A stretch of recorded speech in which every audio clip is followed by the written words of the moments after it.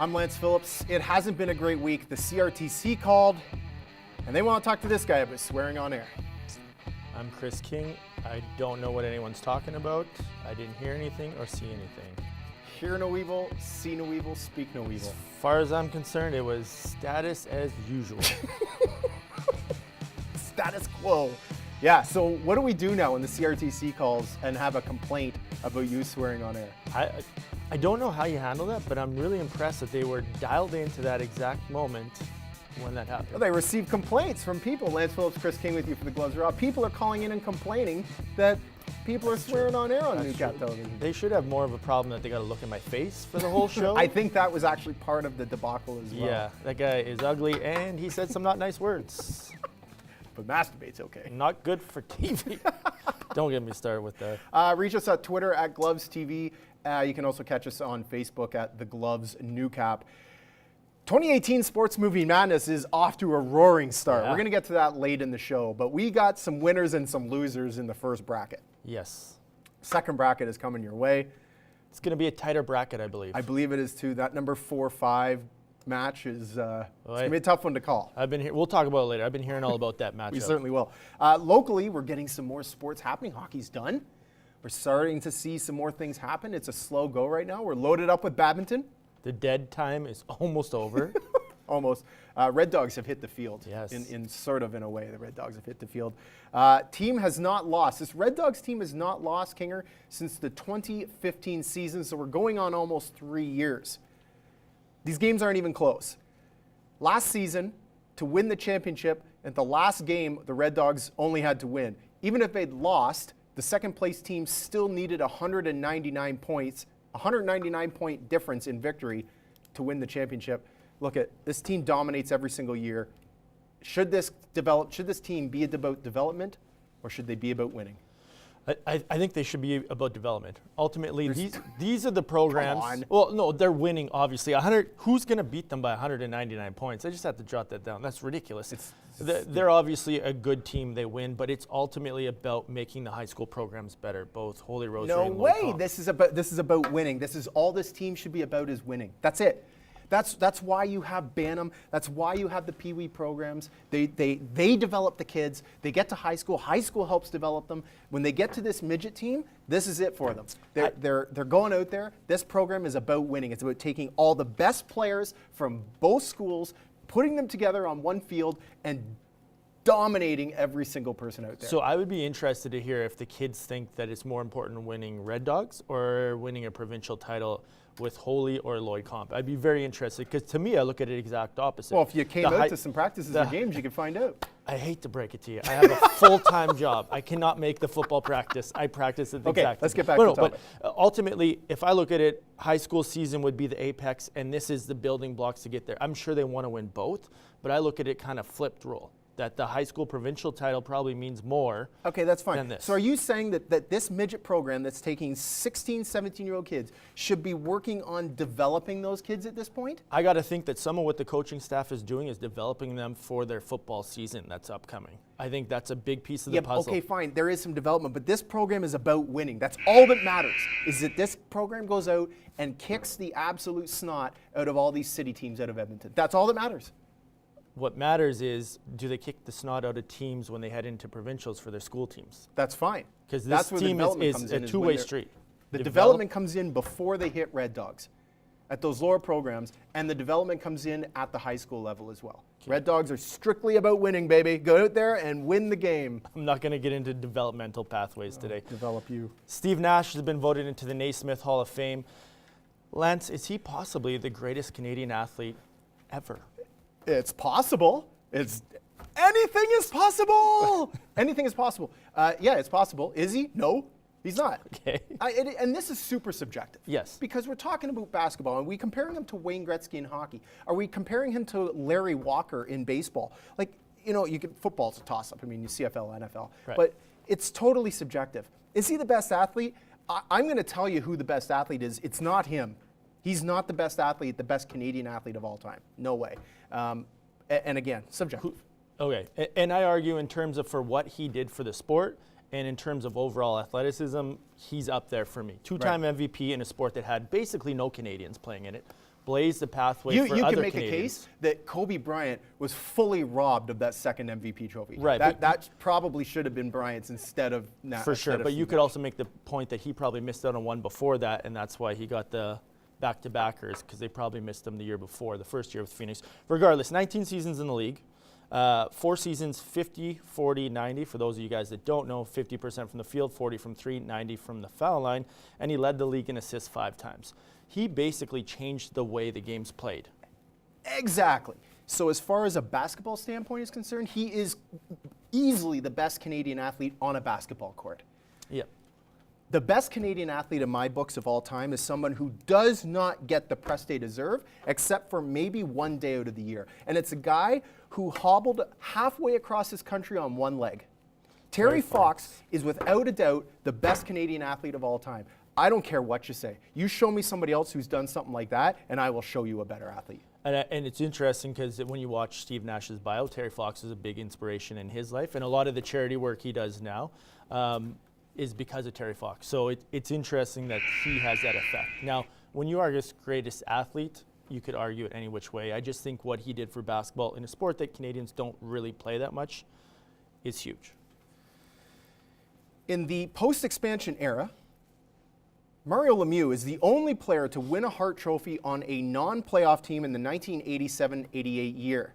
The debate is on right now for Connor McDavid, who could possibly win this on a non-playoff team, which begs the question, Kinger, should the Hart Trophy go to a player who doesn't make the playoffs? The answer to that question is no, they shouldn't. Why not? It has to go to a team that's in the playoffs because I feel like for the most valuable player, it's getting your team into playoffs. You just said it. It's a team sport. Yes. It's not one guy. Connor McDavid is not the guy who's getting the Oilers into the playoffs, clearly. Neither is Nathan McKinnon. There's more to it than that. But McKinnon's almost got them in right now. But he's not. If you can't send McKinnon out there on his own, and he'll win games 1-on-5. So the way I look at it is this way. Okay, you take McDavid off the Oilers. What do the Oilers have? 34 wins or something like that. You take him off the Oilers. What do they have? 30 wins? What do you think? McDavid? Yeah. I don't know what they have. If you take Ovechkin off the Capitals, I bet you they lose 7 or 8 more games. Okay. Ovechkin is that prolific. So for me, a guy like Ovechkin becomes the player that you want to have. He's playing on a top team against top guys every night. A lot of the games that the Oilers play, they're facing junk. The Hart Memorial Trophy this is per NHL, is an annual award given to the player judged to be the most valuable to his team. I feel like everybody knows that, but I feel like I need to reiterate it to you, especially. Listen, just because you have an outstanding player on a team does not mean that that player is the sole reason that the team does or does not make the postseason. So, Connor McDavid is not the sole reason they didn't make the postseason. But if they had, he wouldn't be that reason either. So if you have a player like Nathan McKinnon playing on a team that feasibly could make the playoffs, Right. and he's that good, then yeah, he should get it. But if you've got 6 guys in the running and 5 of them are on playoff teams, but they really weren't, they really didn't excel, but Right. you have one guy that did excel on a non-playoff team. Sorry, I'm trying to get this out. Yeah. No, He should get it. It doesn't matter if they make the playoffs or not. And a lot of people argue top player, top team. That's not what I'm saying. I do think you need to be a playoff team. Because if McDavid was that good and we know he can score, this would be a playoff team. That's my thoughts on the trophy. You got to be a playoff team. They weren't good enough. Connor McDavid alone cannot make the Edmonton Oilers a playoff team, but he's good enough that he's good enough, and it has a huge impact that he should make them. He should feasibly be a Hart Trophy candidate. He should be in the mix at least. Well, he's gonna be. He might even win. The Toronto Blue Jays are off to a good start this season, despite Josh Donaldson having what we would like to call dead arm. Lance, what is dead arm? I don't know. I mean, unless they come out there with a what are those guys that do funerals? Like, what are those guys? Yeah, and cut the thing off, put it in a casket, and ship it out for burial. I don't know what a dead arm is. I think a dead arm is injury. Yeah. Listen, I've got injuries in my throwing shoulder. Yep. from a shoulder separation when I played hockey. So if I throw the ball hard, it feels like my arm is ripped out of its socket. That's what it feels like. Good. Now, I don't see Josh Donaldson wincing in pain as he throws the ball, but I don't see him throwing the ball very hard. I think he's got an injury. So I got the similar thing. Mine goes tingly when I throw. partially torn rotator cuff. What I see from him is when he's bringing his arm up, it's he not a full can't get cock. past No. a certain point. No. Which to me He's says, almost sidearming it. Yeah, it said partial tear. And the first ground ball I saw him take on opening day, I said, oh, that was weird. Yeah. And then it got progressively worse.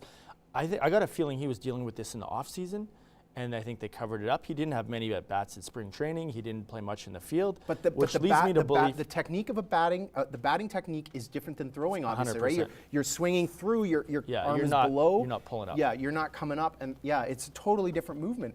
This is a problem. I don't know what dead arm is. I think dead arm is, like I said, it's masking, hey, this guy's got a fairly significant injury that we're not really going to be able to play him at third base a lot. Yeah, which once again, and I know you hate me talking about this, takes down his value, his trade value. 100% it does, but it could be anybody. It could be anyone, but he suffered from calf problems last year and several other injuries. It's starting to get to the point the guy where beside him's out on the 60-day DL. Yeah, like how many guys are going to go on the DL, and is it time to roll this over? Dead arm seems like a cover for partial tear, if you ask me. That's my thoughts on that. Hopefully it's not. Well, partial tear is bad news because a partial tear doesn't get better by throwing the ball more. No, it does not. It gets better by one thing: surgery or rest, one of the two. And even rest isn't Usually enough. It's surgery. both combined.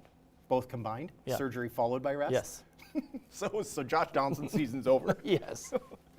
Like this is the case where Vladimir Guerrero Jr. maybe gets the call up. Yes. He was pretty good in Montreal, we'll say that. Who wasn't pretty good were the Toronto Raptors in Saturday's 110-99 loss to the Boston Celtics. Over the final 7 minutes and 46 seconds, the Raptors scored a total of 7 points. What was a tie game at 7:46 ended up being an 11-point win for the Celtics. Is this indicative, Kinger, of what the Raptors are going to do come playoff time? It scares me a little bit, yes, because they have a history of leaning on one guy really heavily in the playoffs. If DeMar DeRozan can't get it done, there's not a lot of other guys that can create. So in last season's playoffs, he averaged 22.4 points per game. That's not enough. Yeah. That's not enough to get it done. He went 1 for 15 from the three-point arc. Which he has improved this year. We dogged on him all offseason. He's improved it, but what happens I'm talking playoffs? postseason. Yeah. In the postseason, their best players have not been their best players. And this is one of the things that we talked about with Kyle Lowry and with the rest of the team. They're a bit of front runners. They're really good in the league. When playoffs comes, their smaller guards have a tough time creating shots, and they don't have the guy that can just make a play all the time, like a LeBron or a Kyrie. It worries me that Boston was missing their two best players still in this game. 100%. I mean, that's a That big scares problem me for more. them. That's a big problem for them. This is not a team that has been known to perform well from an offensive standpoint in the postseason. Talk about, where are we here? Let's talk about player efficiency rating. So last season's playoffs, player efficiency rating, which average across the league is about 15. Lowry was 15.7, Ibaka 14.4, DeRozan 16.6, Valanciunas 15.6. Those three, Lowry, DeRozan, and Valanciunas, were the only ones above 15, and they were barely above 15. So you're telling me they're a league average team in the postseason. Comparing that to Golden State, Steph Curry 27.1, Draymond Green 17.9, and Kevin Durant 27.5. Yeah, I know they're a championship team, and I know they're the best team in the league, but it goes to show you what the best team in the league, how they perform in the postseason. Yeah. And what we saw against the Boston Celtics scoring 7 points over the final 7 minutes is absolutely indicative of what you can expect to see with the Raptors this postseason at some point. At some point. And hopefully not multiple games. Hopefully only one game. Arik Ogunbowale hit back-to-back game-winning shots in the national championship semifinal game versus Yukon Huskies and in the national final versus Mississippi State. Have we ever, Lance, seen a performance like this in the NCAA tournament? Anything as clutch as this? Yes. We've seen way more clutch performances than this. Have we seen more clutch shots than those two?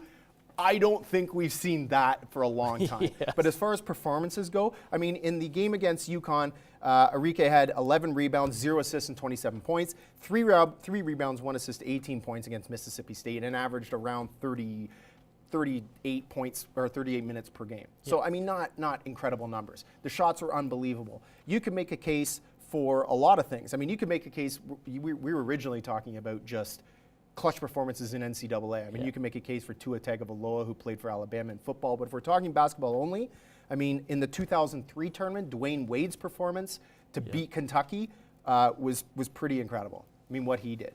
And that's the beauty of the national championship is you see stuff like this happen every year. Now the one thing I will say about the Irish, first off, making those 2 shots, the first one was really tough against UConn, who's the powerhouse favorite. She's off balance. Off balance, comes, steps back, hits a little fadeaway. The second one was off an inbound, basically a catch and heave. But that Irish, they scored 3 points in the second quarter altogether. They trailed by as much as 15 points with 6 minutes remaining in the third, which is a really huge comeback to make after they made a big comeback against UConn. So it's impressive that they did that to win a national championship. If you're asking me about best performances ever, it's Christian Leitner's performance, Yeah. like propelling Duke through. He was perfect. He went 10 for 10 from the field, and he went 10 for 10 from the free throw line. And he hits the fadeaway to win. Yeah. That is probably the most clutch performance in NCAA history. But you could make a case for Ogunbowale and what she did with those 2 shots as it pertains to, were these 2 shots the most clutch? I would say they probably were. Against UConn, who hadn't lost a game all year. Yes. It puts them on the map. They won a championship in 2001. This is their second, 17 years later.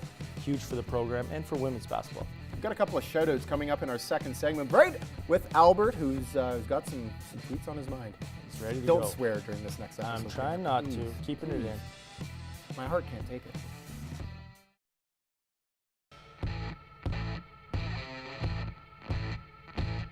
We're back, and the gloves are still off. Welcome back, folks. Wanted to send a quick shout-out here to, where are we here? So Sean Marco, who watches our show regularly. This was pretty funny. So he sends in a message to our Facebook page, and he says, enjoyed the darts today. It was like when I watch Hoarders and feel better about my house. Now I feel like a dart champion. I thought that was absolutely amazing. And I thought it was pretty funny. So Sean, thanks a lot for watching. We appreciate it. I believe when we tweeted back, we said that. That was pretty cool. We'll have to get Sean in to throw some. If it wasn't apparent, we knew we weren't doing well. Yeah. Listen, I'm standing by the fact that those darts were wonky. You know what? My dad, shockingly, had your back. He never supports me, but had your back. He's like, oh yeah, you could tell. Did they look normal? Lance's darts were flopping. He had bad darts. They were landing. He told me right away. The board's like this. The darts should land like this, and the darts were landing like this on an angle. How does a dart go in at an angle up? I got a full dad lecture on the darts. Good. You know a good dart when it hits the board. Boom. Boom. I did not know. It's amazing. Yeah. You're gonna bring your old man in for No, we are not. Let's tweet it up. Whoa. Well, take it easy, buddy. You having some drinks on the weekend? What was going on here? He's a little tipsy. Yeah. Okay, this is a series of Ryan Whitney tweets. So I'm going to read them off quick. Now starting for your Chicago Blackhawks, number 90. First name unknown, last name Foster, who played goalie in college 15 years ago and looks like he's too short for the rides at Kenobi Lake Park. Next one. Shoot the puck, Winnipeg. This guy probably struggles in men's league with the occasional snapshot crossbar level. Next one. Scott Foster needs to relay someone who can make his Instagram and Twitter not private and bring him some National League level clothes to leave the rink in. Next one. Scott Foster is a disaster. Every men's league player in the world currently thinks they can play in the National.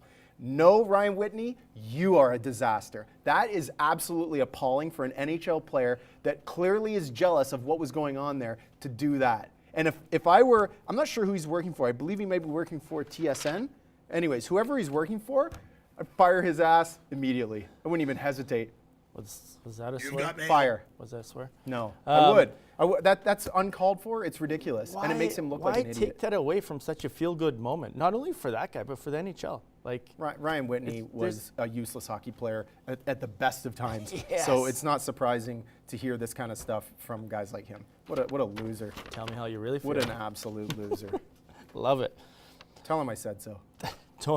I will do. Tony Austin. This is absolutely amazing. My buddy's son's up to bat, but please watch the catcher. Let's make this guy known. This kid is throwing with one arm and catching with one arm, meaning he doesn't have a right arm. Yeah. It's unbelievable to watch how quickly he gets that out. Like he flips it up. It's incredible that he just flips it up like it's nothing, catches it, and throws it back.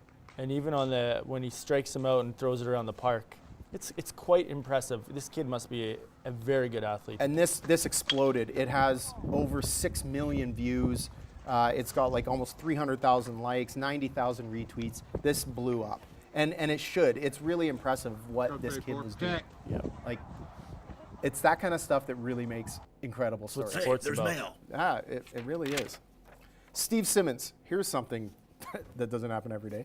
A story unlike any other we've ever known. The Sedins came into the NHL together, played together all this time in Vancouver, will retire together.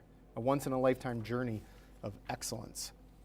You don't see many players who play their entire careers in one city. No. Steve Yzerman did.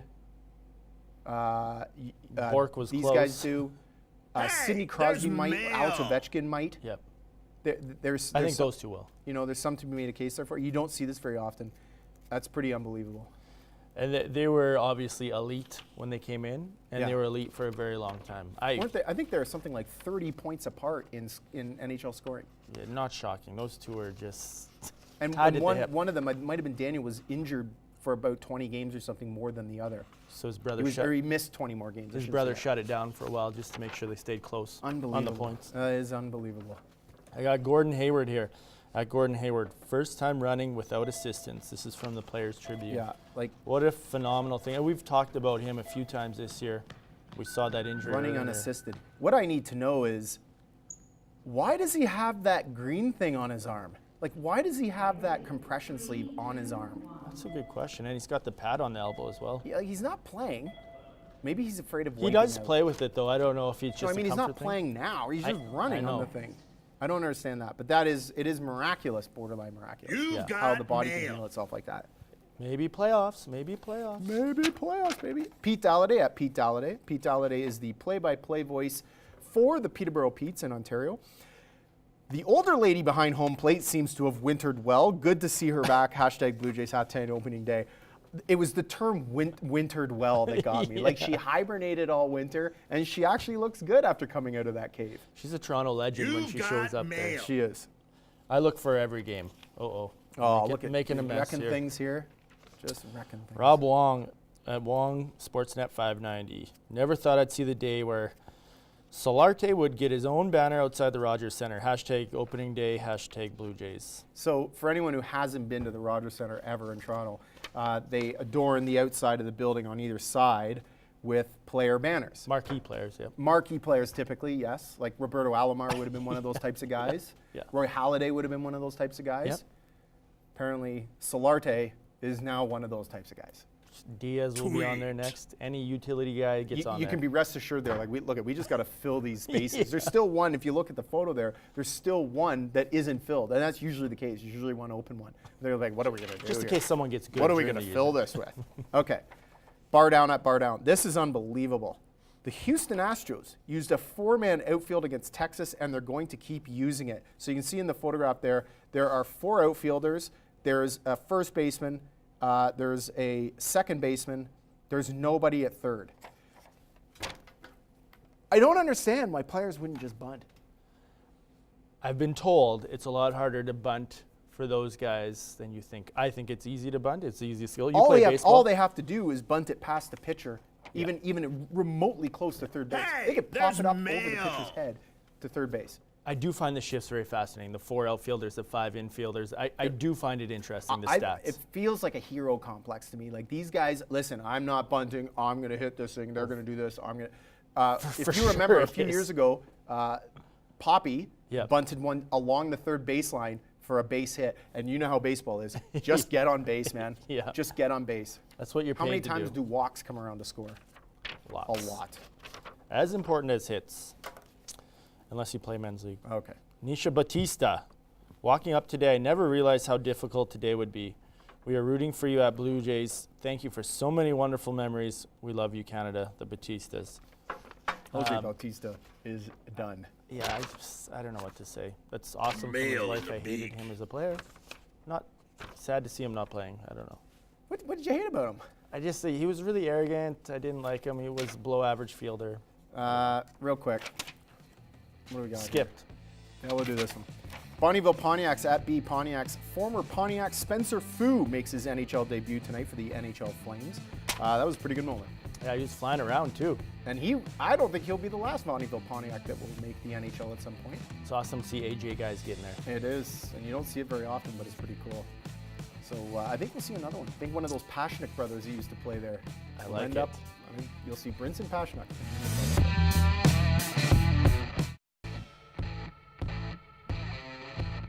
We're back. You can keep your gloves on, but ours are off. Bold predictions. So next week I think we'll do some revisited because some seasons are ending. Yes. So the NHL season, NBA season will nearly be over if it's not over. A lot of misses is what you're saying. I believe there's going to be a few misses, yes. Yeah. Can confirm on that. But so we're going to do some bold predictions today. Next week I think we're actually going to have Josh Ryan back in studio. He's got another play to break down. Oh, I'm looking yeah, forward from to the that. badminton court if I'm not mistaken. That is awesome. Yeah, yeah. If not, I know he's got a skateboarding one lined up. From actually very early in this show's inception, in this new show's inception, we did a skateboarding one. It was not cool. So back to basics. Back to basics, baby. Okay, let me start off the bold predictions here. Giancarlo Stanton, who is currently sporting a line of 286, 444, 857, not bad, Good. Yep. not bad. 2 home runs, will be ravaged by injury and play less than 90 games this season. Okay, I'm going to say that's a terrible bold prediction. Bold, baby. That is bold. He is DHing most of this year. If he gets injured, he's got some serious issues. I think something is going to happen, and he's going to be. Do you know something that's going to I happen? think something's going to happen. I just don't think he's going to play more than 90 games. Okay, I'm gonna stick with the baseball here since it's opening week. You know, everything's exciting right now. I've been harping on the Jays. The Jays are gonna go 77 and 85 this season. 77 and 85. I think that's pretty good for them. They got good pitching. They're going to win more than 80 games. I don't trust the bats, man.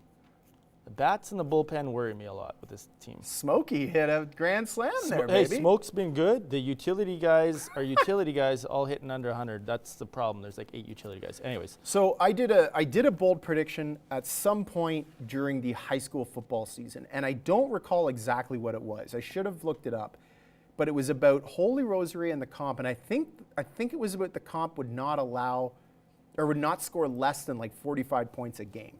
I think was what it was after game 1 because they looked really solid. Yes. It Yeah, didn't work out something. in my favor. Yes. I believe that one blew up in my face. I'm going back to the football predictions. okay. That the Red Dogs, the Lloydminster Red Dogs, will not have more than 15 points scored against them in any one game this season. Boy, that's as out there as the other one. That might be tougher. They will not have more than 15 points scored against them. Listen, this one I feel, the other one I felt semi-comfortable with, this one I feel real comfortable with. The defensive line is dominant. They got a couple of guys in that defensive line that nobody's going to be able to stop. So quarterbacks beware. And they've got some good DBs, good young DBs. That defense is something to be reckoned with. I hope you're right. I would like to see will them be dominate that much. I will be right. Don't Okay. hope, baby. I will. NHL lottery is coming up. Here's how I'm going to predict it's going to shake out. The number 1 pick is going to go. I gotta write this down. Write this down. Number 1 pick is going to go to Ottawa Senators, who have a 13.5% chance at that. Need to find somebody to replace Eric Carlson. Number 2 pick is going to go to the Edmonton Oilers at 6.5% chance.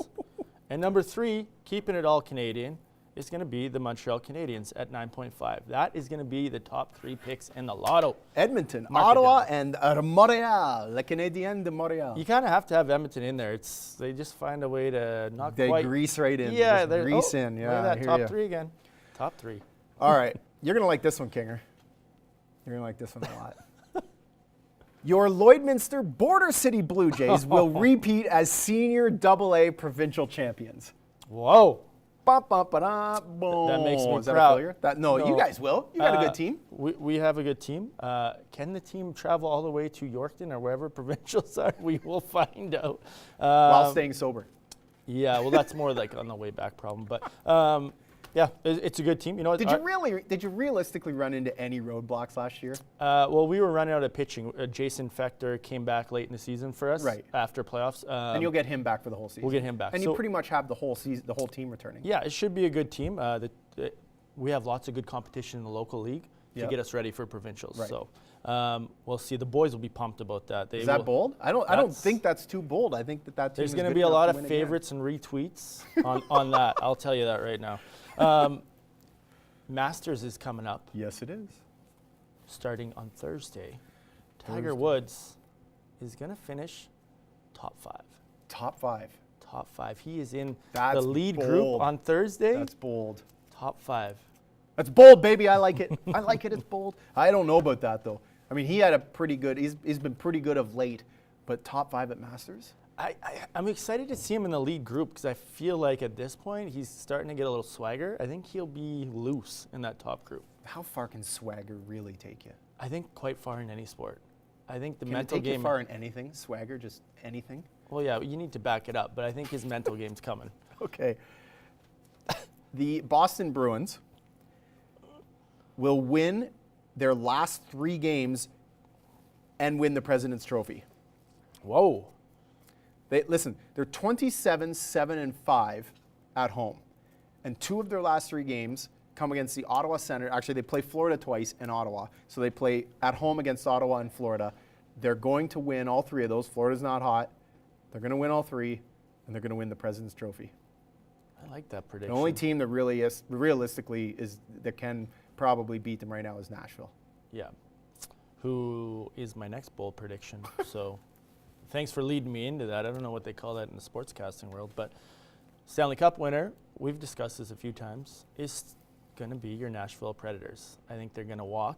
I believe you said this before. Are you said it doubling before. up on a I'm bold doubling prediction? up because now it's at the end of the year. I actually, first time I made it, I wasn't like 100% sure. And then I saw the So you season just play picked out. up an old crappy bold prediction and doubled up on Yeah. it to make 2 crappy bold predictions. Yeah. Well, I figured I might as well get that one out before I start talking about the Braves and their season coming up. So, All right, I got one more here. Charlie Blackmon, ooh. who currently leads Major League Baseball with 4 home runs, will be the home run champion by the end of the season. Charlie Blackmon, I you heard like it here it. first. His beard is impressive, let alone. Charlie Blackmon's going to hit 45-plus homers. Holy moly. So he's going to beat Judge and Stanton. I believe he in will. Yankee Park. I believe he will. You know what? He is jumping. That's jumping on the bandwagon. He is a good hitter. What was he, 312 last year? Something I like don't know. that? He's over 300. Okay, whoa, that might be the boldest one yet. One more that I got here. As I said, I want to touch on the Braves rebuilding roster. We're all MLB for me. 81-81 this year, being respectable, setting them up for playoffs next season. A lot of youth. Ozzie Albies, rookie, starting at second year Dansby Swanson, and they're going to be bringing up Acuna in right field. Very exciting times. Kuna Matata. Akuna Matata. What a wonderful phrase. All right, I'll bang out one more here. The combination of Troy Tulowitzki and Josh Donaldson will miss a combined. I feel like this is bold. Will miss a combined 155 games plus this season. You know what? I don't think that's that bold. You don't think that's that I bold? think Tulo might miss that on himself. Like But you might miss the whole season, Tulo. they might be just cutting bait at the end of the year with Tulo. They owe him like $60 million. I know. He's got, what's he got, 3 years left? 22 two million? years after this year, yeah. Yeah, so 3 basically. Oh. If you can't score, you might as well drop the gloves. Welcome back. We're going to do some shock, no shock. We haven't done that in a little while. Shocking, Yeah. not shocking. A lot of not shocking stuff. A lot of not shocking stuff. Started off, Kinger. All right. Lance, are you shocked or not shocked that rec league goalie Scott Foster saved all 7 shots in a emergency relief appearance for the Chicago Blackhawks? I'm not shocked at that.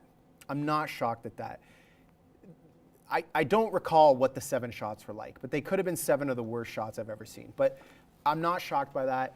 You don't bring in an emergency backup goalie if he's hot garbage. He's going to be decent. He's going to be decent. Yeah, he looked okay. I will say the shots were definitely from the edges. Right. There wasn't any breakaways or anything like that.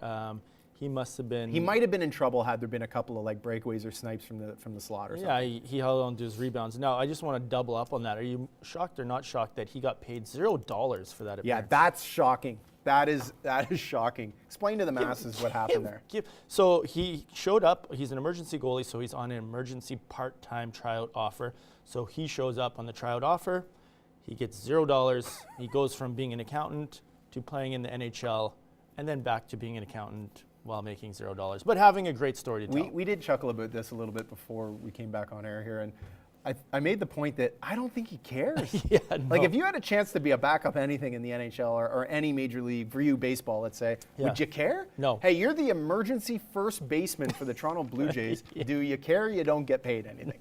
You don't care. But the problem with Foster now is he can't play rec hockey anymore because every guy's going to be like, I'm going to light this NHL goalie up. He's in trouble now in This rec. NHL goalie. Yeah. He's the only guy in the He's league. the farthest thing from an NHL He's got goalie. 12 minutes in the show. Every guy knows it. He's and in a trouble. shutout. And a Everything is headshots now with him. Guarantee that. He should wear that football helmet. Actually, speaking of which, off topic real quick. Take a look at that beautiful Vandal. Grab that football helmet there, Kinger. Can you grab that thing? I can grab without it, yep. losing all your business? Well, Look at this beauty. So this is from Toby Cullum. We're putting this up here for a second. This is brought to you by Toby Cullum, who we had on the show with Alyssa Anderson, did some strongman stuff. Check out that beauty. That has been through a war. So gotta this flip is it the all kind of way. helmet that Scott Foster should wear. Look at the marks on this thing. There's a lot of cleat marks on that. Yeah, hood. I know, a lot of head stomps. I think he was diving for a lot of guys. A lot of head stomps. We'll just set that there for the time being.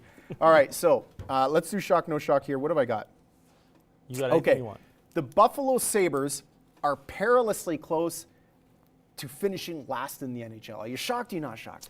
Not shocked. No way. Their rebuild is not going well, Oh. and it's going to take a few more years for them. Not How shocked. bad are they? Not great. And that's a market where they could actually draw well if they had more people Yeah. coming and some interest. Speaking of not drawing I well, can't believe this helmet's all. It's honestly. that helmet's almost as big as your body in the Toby shot Cullum there. must have CTE. I was looking at this helmet. We're going to have to get him checked for that. Toronto Blue Jays had 16,629 fans on Monday night. Are you shocked, Lance, that their attendance is so low? Keep in mind, last year their average attendance was nearly 40,000 per game. They were still on the precipice of last year being a decent team. They you know, at the beginning of last season, there was a lot of hope they were going to be good again. Yep. You know, and as the season wore on, I think a lot of people still thought I'm not shocked by this at all. Listen, people are wondering why Rogers doesn't go out and spend $200 million, and people get all up about it. They get all uppity and say, "Look at we have the most attendance in Major League Baseball." Like they're part of the team. We have the most attendance in Major League Baseball. You know, we should be spending like the top teams.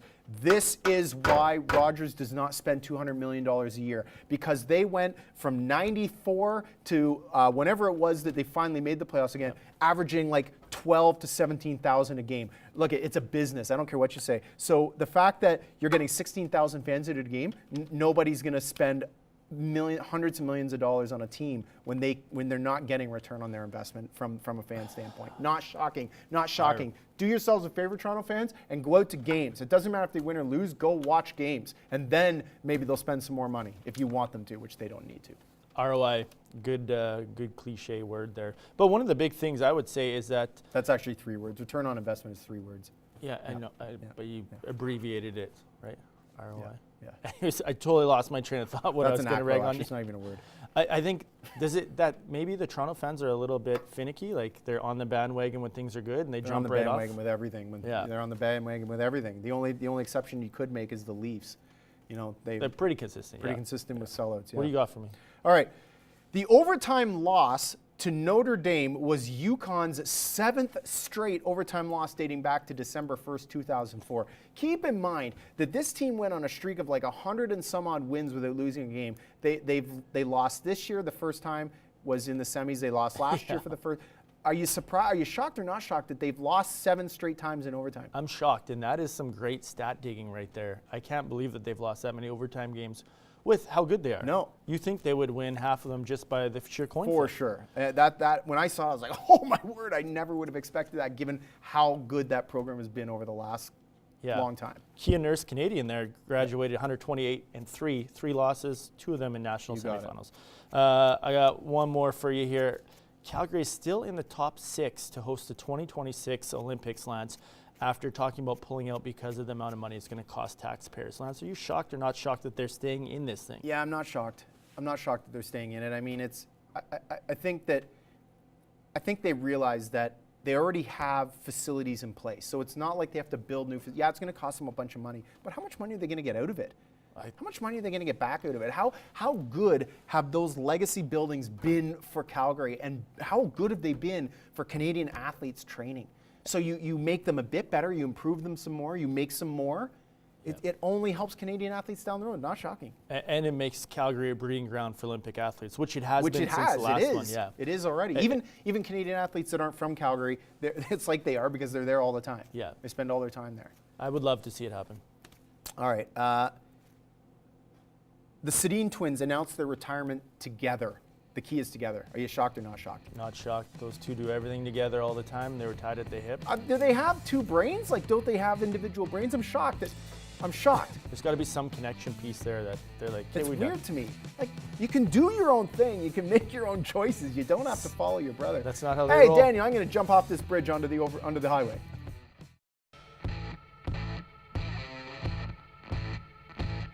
We're back, and the gloves are still off. Welcome back, sports fans. So I put this thing on. I feel like there's lead in this helmet. It's heavy. It's heavy, baby. Squeezing your cheeks up there pretty is good. Is it? Yeah. Is it squeezing my chubby cheeks a little bit? It is, actually, yeah. I can feel it. There's a lot of bars on that lid. Yeah, well, it's the kicker helmet. No, it's not. This is clearly like kicker a linebacker. This is like a linebacker Kicker helmet. has the one bar that was down here so they could see. This is like, I'm going to poke you in the eyes helmet. The mono bar, across the chin. Yeah. Okay, so we're talking about sports movie madness. Now, last week, we put the poll out, and here are your winners. Rudy beat Cool Runnings 59% to 41%. Slapshot shut the lights out on Friday Night Lights 62% to 38%.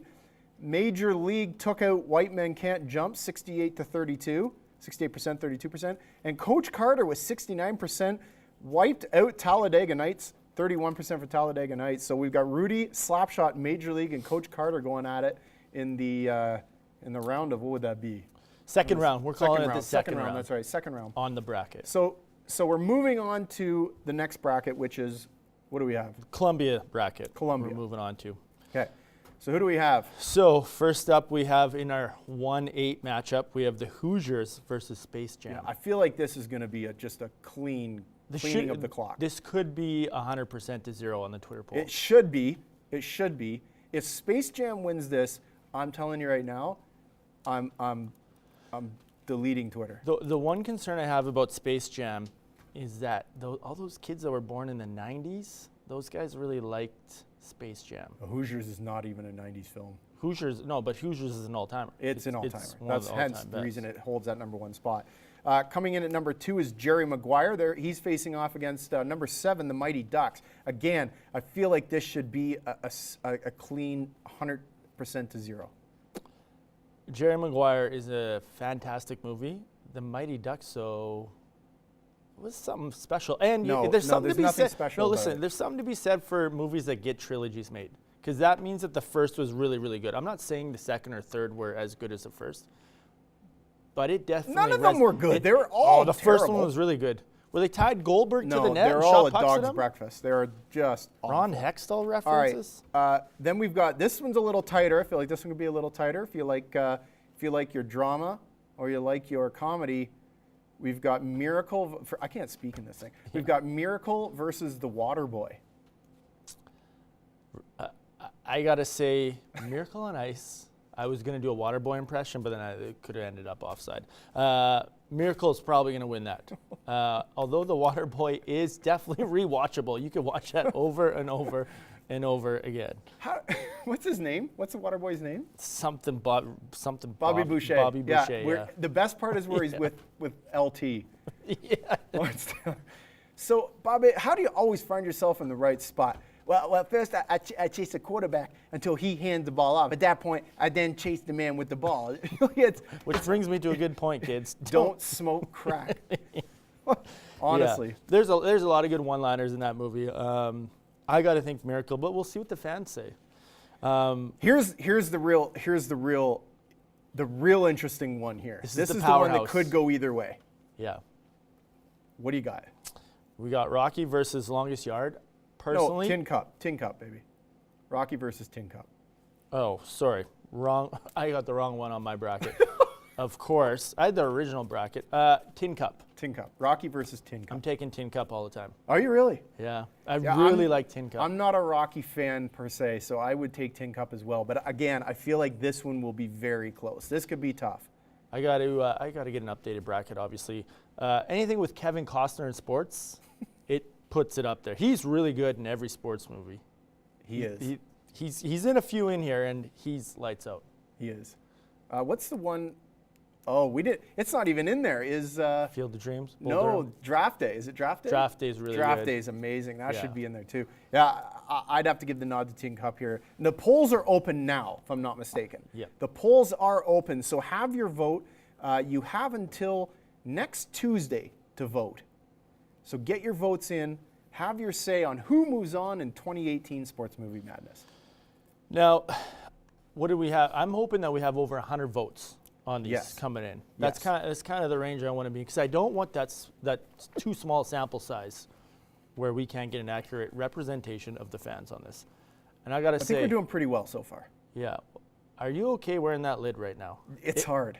Like I kind of see sweat forming, And my head going down. Like I feel like this thing is weighing my head down. How did this guy wear this thing for a full game? I think they take it off on the sidelines, don't they? They Tom Brady hold it never at their takes side. his off. Tom Brady doesn't ever take his off. He wears it the whole game. He wears it through celebrations. He wears it all the time. He never removes it.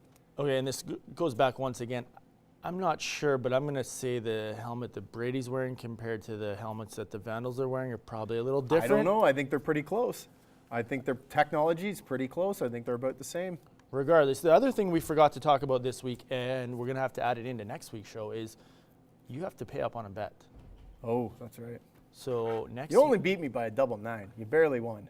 double 9 is gravy, and as my old man says, it's because I had the heavy dart. But I had the heavy darts. They were coming into the board like this.